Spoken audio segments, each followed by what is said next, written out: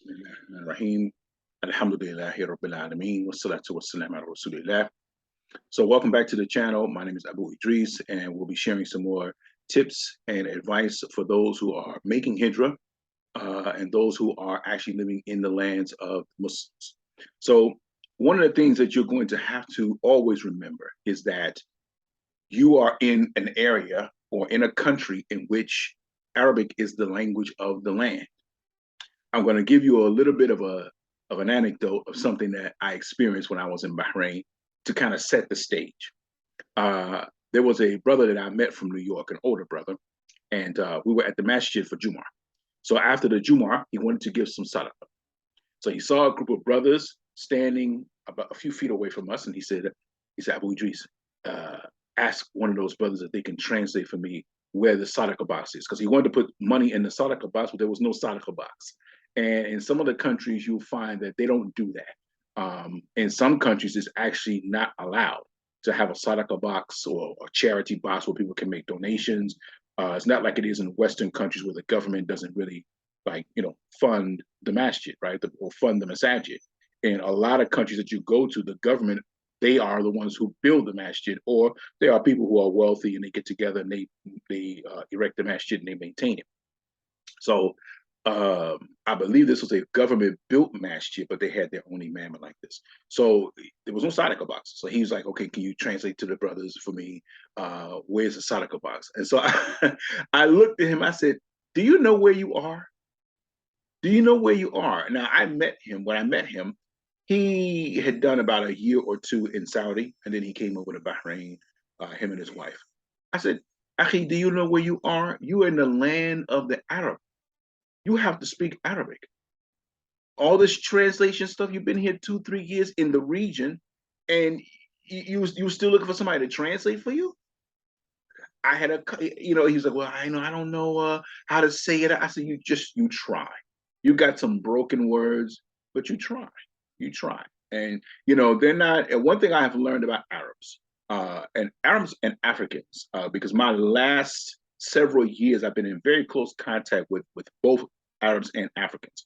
They really, really, it's a show of honor from what I could see from it, and respect when you are trying to learn their language, because everyone is trying to assimilate English, because English is the business language, it's the language of commerce, and it's this and it's that and it's that, and there's a spotlight when trying to acquire English.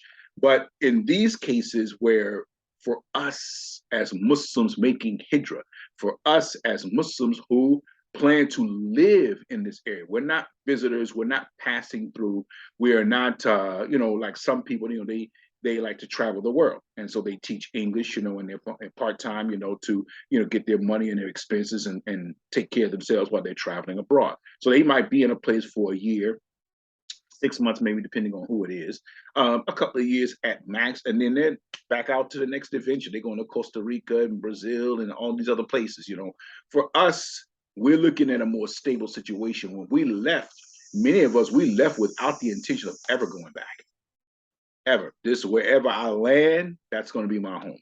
So that requires that you prepare yourself to assimilate as much of the language as you can. We had the idea, me and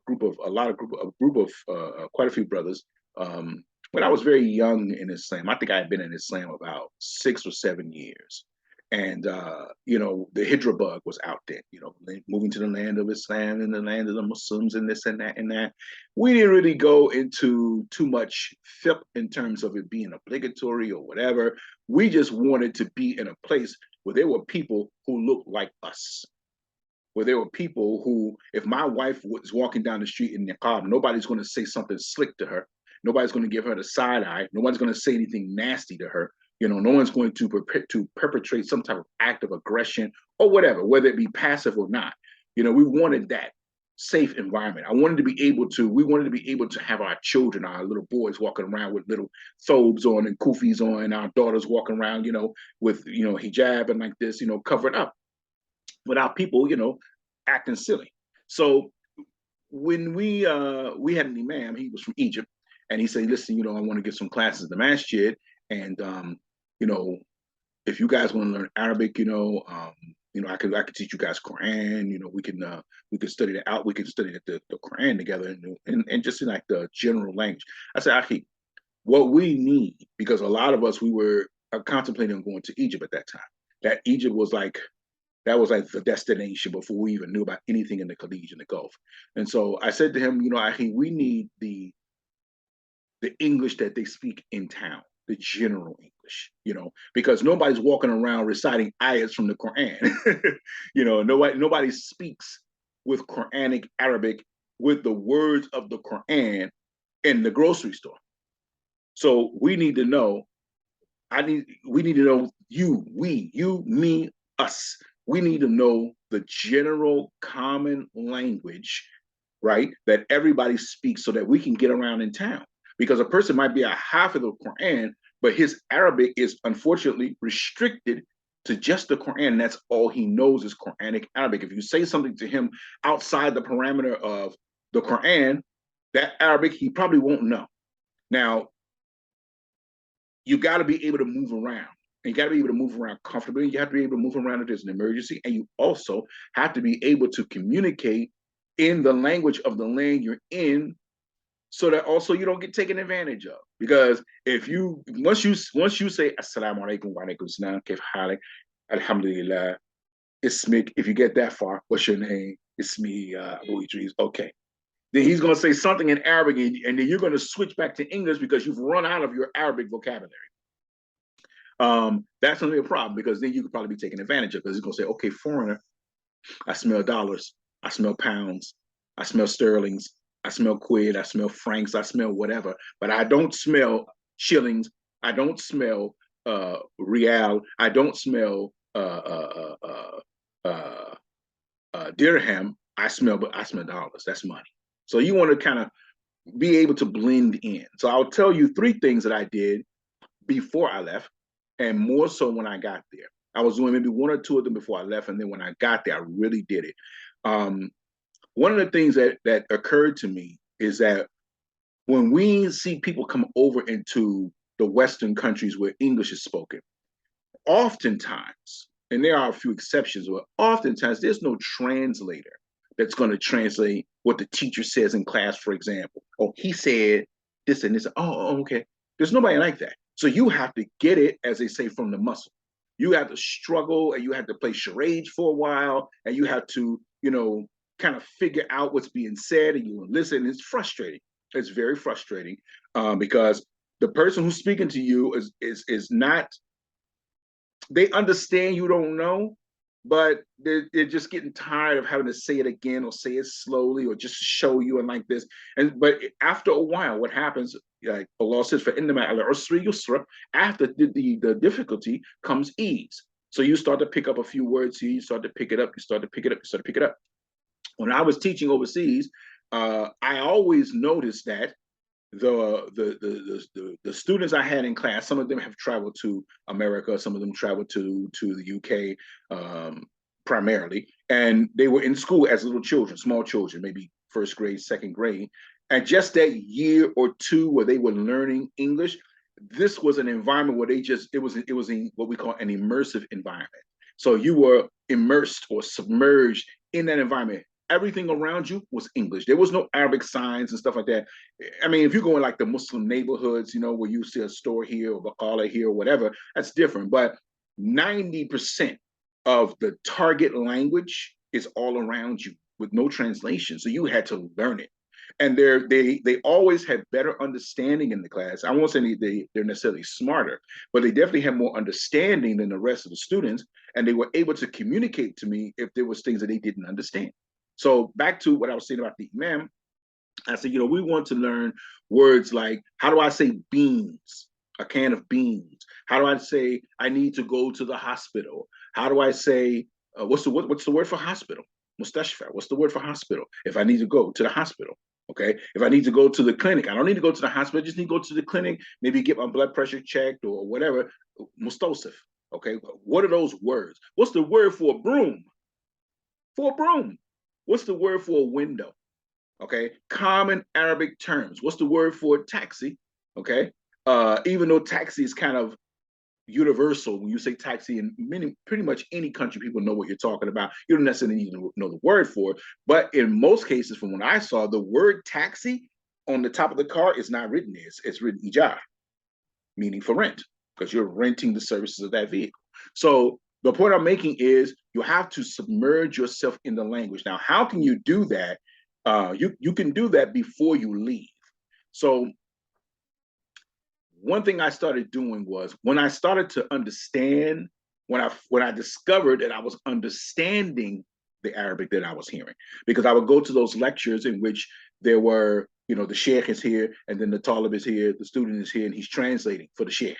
So the sheikh was speaking Arabic, and then the brother would say, the sheikh said, the sheikh continued by saying, he said, and that was very, very beneficial because in those muhadra, in those lectures, in that series, the topic, you're going to hear certain hadith that you probably have heard before, that you probably have heard someone like at Jum'ah or wherever you've heard it, but you've heard the words before. So what happens is as you keep hearing those words and keep hearing those hadith and keep hearing the words in the hadith, you start to recognize some of those words. And you go, okay, I know that one. Okay, I know that one. Okay, all right. And so what happened was we were in New York and this happened to me. I was just sitting there, just passively, just listening and waiting for the translation like everybody else. And the sheikh was talking about some particular point and he said a word and that was like a light switch. Because then when he said a word, a few words later, he said something else and I recognized it. Then he said something else and I recognized that, wait a minute. I said, can I borrow a sheet of paper from you? I didn't even have a notebook. I bought a sheet of paper, a pen, and I just wrote down what I thought I heard, right? I wrote down in terms of the translation. I was translating as the sheikh was talking from what I thought I understood. And so after I did that, I waited for the translation. And to my surprise, the translation was I was probably 30%, 35%, but that was 30% I didn't have before because I didn't know that I understood it, but I had been around it so much. And that's how your brain works with these languages. Even if you're older, I was older than a school age child. Let's put it like that. We're talking, I was probably close to 30. Okay. So I was definitely not in high school anymore, so for those who think that, well, I'm too old to learn a language, kids learn better. And yes, kids do learn faster because there's just less of the other stuff clouding their head in terms of words and everything else, and they learn a little bit faster. But that doesn't mean that because you're older, you can't learn. It's just going to take you just a little bit longer. You might have to make some adjustments to the way that you learn things. Coming back.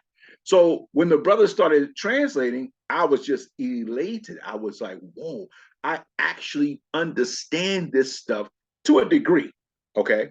So from there, I said, okay, now I'm going to just immerse myself in this language. So coming to the point of the video, one of the things I did was I would, after Salatul Fajr, and I was working, there was a surah that I wanted to read, okay? So I would, after Fajr, every morning, I said to myself, I'm going to read this surah. The surah was Yasin at that time. I said, I'm going to read Yasin, but what I'm going to do is I'm going to read Yasin until I get tired.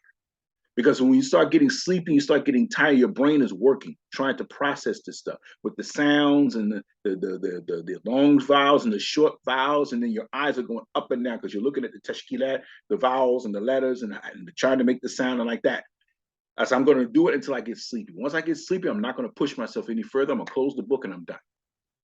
The first day I did this, I think I got the first 2 ayat, and right away I started getting sleepy. I said, okay. And I wanted to push myself, and I said, no, I'm not going to do that.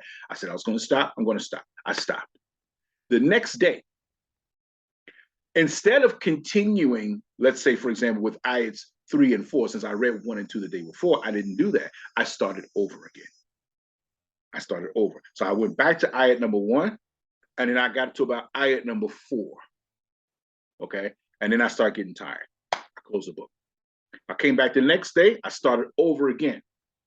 Now I got up to about maybe 7 or 8, maybe 9. Ayat number 9. Got tired, closed the book. And I kept repeating this until I went through the entire Yasin. I think it took me about a month. Okay. I remember a situation where a student was asking his sheikh. He said, Sheikh, I read lots of books and I study a lot, but I can't remember anything that I've read. What can I do about that? Can you advise me? He said, that, my son, is because you only read it once. You only read it once. You cannot retain all that information by reading it one time. The Quran is a perfect example of that. How many times have we read Quran and come across something from the same Quran? The Quran didn't change, but we saw something and we went, whoa, I didn't see that there before. Okay, I didn't read that ayat like that before. You always discover something because you're reading it more than once. I tell language learners the same thing. Do it more than once. So instead of continuing with Yasin, I just backtracked and I went back. And I picked Yasin for one of the reasons I picked Yasin is that it wasn't too long. It wasn't going to overpower me. So I could have started from Bakra, but that's 286 ayat. That's going to overpower you. It's just too long. I wanted something I could actually finish, although it would take me some time. Okay. And so I actually finished it. When I got overseas, I applied that same principle. I said, okay, what I'm going to do, I'm going to turn on the radio. There's a radio station. I'm going to find the talk radio or the Quran or Kareem or whatever it is. But I want to hear regular conversation. I want to hear regular conversation in my in the car when I'm driving, right? And so I would do that. And then I would watch all of the Arabic news channels, Al Jazeera, BBC in Arabic. I forget what the other one is, but I would watch all of those shows in Arabic. And there's a reason why I would do that, and I'll tell you in a second. And then I would watch any kind of TV program, decent TV program. I'm trying to pick up the language, okay? And I'm learning the language. Now, I don't understand a lot of what I'm hearing, but I know that my mind is like a tape recorder. All of our brains are like this. We record things in our subconscious mind that we remember and we retain it. So when we're speaking sometimes, we might say something, we'll go, and then for a second we'll go, where'd that word come from? Because you remembered it, because your brain was introduced to it. It just held it until you needed it. And so I kept doing that, and I kept doing that. This is my first year in Bahrain. And every day, now one of the benefits of listening to radio programs is you hear different versions or different types of speech and words being used. Maybe they're in conversation. It might be an interview that someone's doing with the sheikh. It may be one of my favorite programs that I used to listen to, because I could get the Saudi radio station in Bahrain. So I used to listen to this program called Nur al-Darb. Love that program. Absolutely marvelous program. And that's where you get like the whole, like the question and answer, and this is your Jews and your Jews and this and this. You get the fatwa, you get everything from that program. So that was a good chance for me to get some indoctrination into the language. I watched the news particularly because it repeats itself. It repeats itself. That's what they call the news cycle. It repeats itself over and over again. After they run through all the top stories, they come back at the top of the hour and they say the same thing again. But the bonus is that there's always some type of video clip along with what you're hearing. So you can associate the words with the thing that you're seeing. And you go, okay, when they said this, that must mean this, because every time he said this, they shot the shot back to that clip of the video. Okay, and so, okay, that must mean that. And then you just keep listening again and again and again until the words start to get familiar to you. And so they start getting familiar to you. Again, you're not going to understand a whole lot of it in the beginning, but what you're doing is you need to build vocabulary. Okay, because what's happening with many people when they learn another language, they have a certain finite amount of vocabulary. And once that vocabulary is exhausted, there's nothing else that they can talk about. This is why our conversations in the beginning wouldn't go past Kayfa Halik. Kayfa Halik, Alhamdulillah. So you from here, Aki? Now we start to switch because we've run out of words. We ran out of words to say. Okay, so the more you build your vocabulary, and again, this applies to any language, the more you build your vocabulary, the more words you have to say. Now, when I started understanding words, I'm listening now, and I heard that word, and I heard that word, and I heard that word. And I would probably say to you, you should write it down and like that. Idealistically, yeah, but I didn't write everything down. But I did, but because I listened to the same programs all the time, I remembered it. So the moment I would see somebody who was an Arab person, I would say, hey, let me ask you a question. what does, like, I remember the first time I did this, I was talking with the owner of my school. I was talking with her husband. Nice guy. We got along really well. He liked me. And when he was there, I was doing some work there, and he happened to come in. And so I said, let me ask you something. I said, I keep hearing this word, butternamage, butternamage, butternamage. Because when I listen to the radio, that's when I hear that. Butternamage and Ula, butternamage and Thani, or like that. I said, what is butternamage? He said, program. I said, whoa, okay. It was like a light bulb went off in my head. Okay. I said, okay, now I heard another word. So what's butteromage? He said, programs, plural. Man. I love learning things. I am a real fiend for languages and words and things like that. I was happy as a clam. I'm the kind of guy that if you could get me a present, get me a book. Everybody who travels to another country, the first thing they ask, they say, Abu Idris, I'm getting ready to travel to X country. You want anything while I'm there? I said, yeah, get me a book. All the time I ask them, get me a book. Nothing else. I don't want a t-shirt. I don't want a souvenir. I don't want cups. I don't want none of that stuff. Just get me a book. You sure? That's all I want. I just want a book. Okay? Because books are like gold, man. They're like gold. Anyway, so that's how I start to piece together things in the language. Now, wherever I am, if I hear the word Bernamage, I'll never forget it. I used to hear it so much. And then once I asked somebody what it meant, then I was able to put it together. The same thing with reading Quran. As you come across words, first time it happened to me, I was in the masjid, and because of my experiment with Yasin, I kept seeing the word Alladina, Alladina, Alladina, Alladina, Amanu, Aminu Salihat, Alladina, Alladina.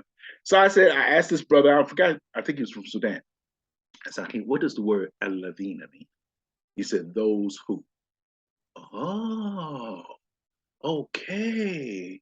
Okay. And then I started practicing writing. And I would think of like whatever words that I knew, I would practice writing them down. You know, I'm looking, of course, to see how it's spelled, but I'm practicing my handwriting. That's how you have to approach the language. When you're living in another country, you literally have to start like you are a baby or in kindergarten. You need to learn words. You need to learn adjectives. You need to learn nouns. You need to learn prepositions, okay, so that you can speak properly. We get used to listening to people with broken English, but our Arabic is broken as well. But that's okay, because it's eventually your Arabic is not going to be broken, because somebody's going to say, Ahi, when you say min and abu, you can't say min abu. Why? Because the min is harfu jar. It's a preposition. So the ending on the end of abu, you have to change it from the wow to a kasra. Or the ya in ya al-maksura, right? Min abi, ala abi, fi abi. If you have that preposition, the last ending gets that kasra sound, that e sound.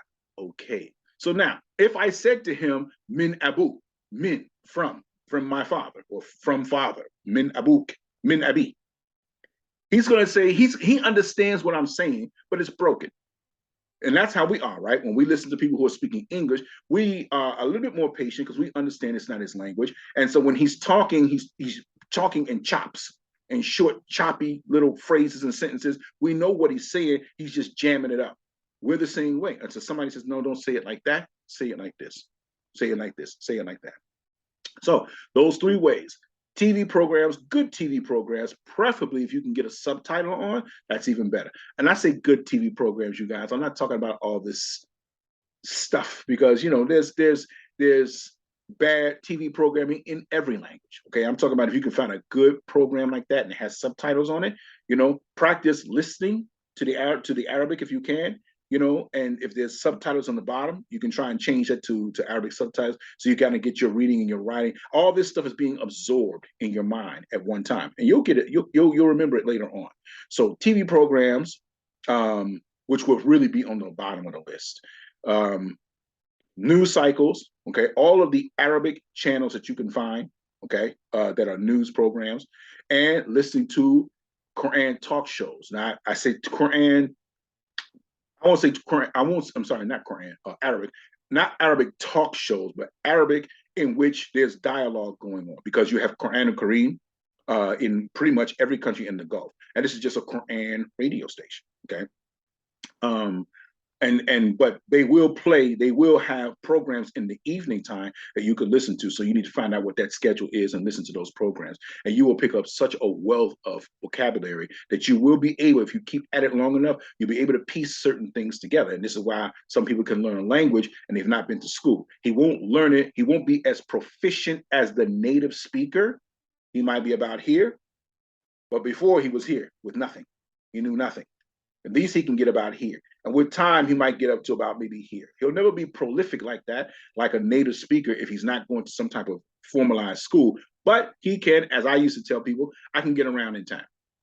Because people say, oh, you're very fluent in Arabic. I'm not fluent in Arabic, but I can get around town. If I need to get somewhere, if I need to go somewhere, if I need to communicate something, I can do that. Okay, so that's what you want to do. So those are the fastest ways that you can learn Arabic. Stop relying on translation and stop relying on transliteration and stop relying on people to translate for you and all of these things. Immerse yourself in the language and it's going to pay off for you in spades. أقول قولي هذا وأستغفر الله لي ولكم والسلام عليكم ورحمة الله وبركاته.